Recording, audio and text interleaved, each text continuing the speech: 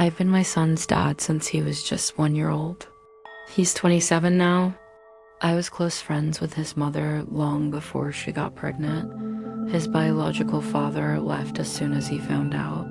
I stepped in to help, and over time, one thing led to another. We got together, not because of some grand romantic story, but because we cared about each other and built a life as partners.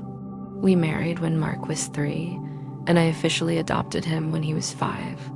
While I worked and provided financially, Tammy took care of our home and our family. It was a simple but good life.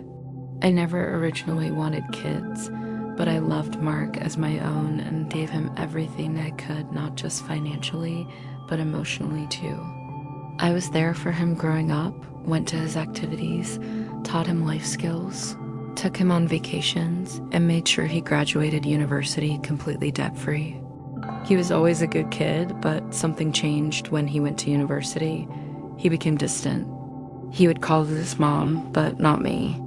Eventually, I found out he had met a girl who had her own complicated past, and through that, he decided to reconnect with his biological father. Slowly, I was pushed out of his life. It hurt that Tammy supported him no matter what, as a mother does. When Tammy got sick, Mark would visit her and we'd see each other, but barely speak. After she passed away, I only heard from him again regarding her small estate. She had a modest life insurance policy that she left to him. Everything else was mine. What Mark didn't seem to realize was that Tammy had been quietly supporting him financially for years every month. I deposited money into her account, and most of it went straight to him. We also had a second, more substantial life insurance policy that I paid for, intended to protect each other if something happened. I was the beneficiary.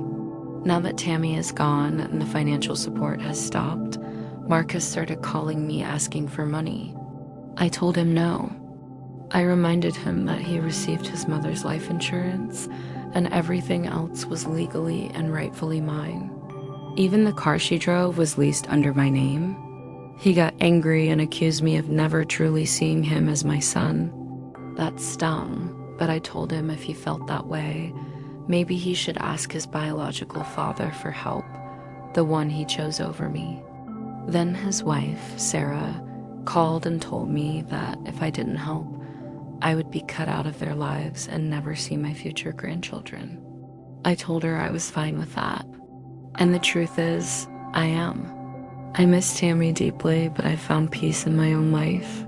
I have my dogs, my work, and my extended family, my sisters, their kids, and even their grandkids. I'm present in their lives, and that's enough for me. So now I'm left wondering, am I really in the wrong for refusing to financially support a grown man with a job, a wife, and a life of his own?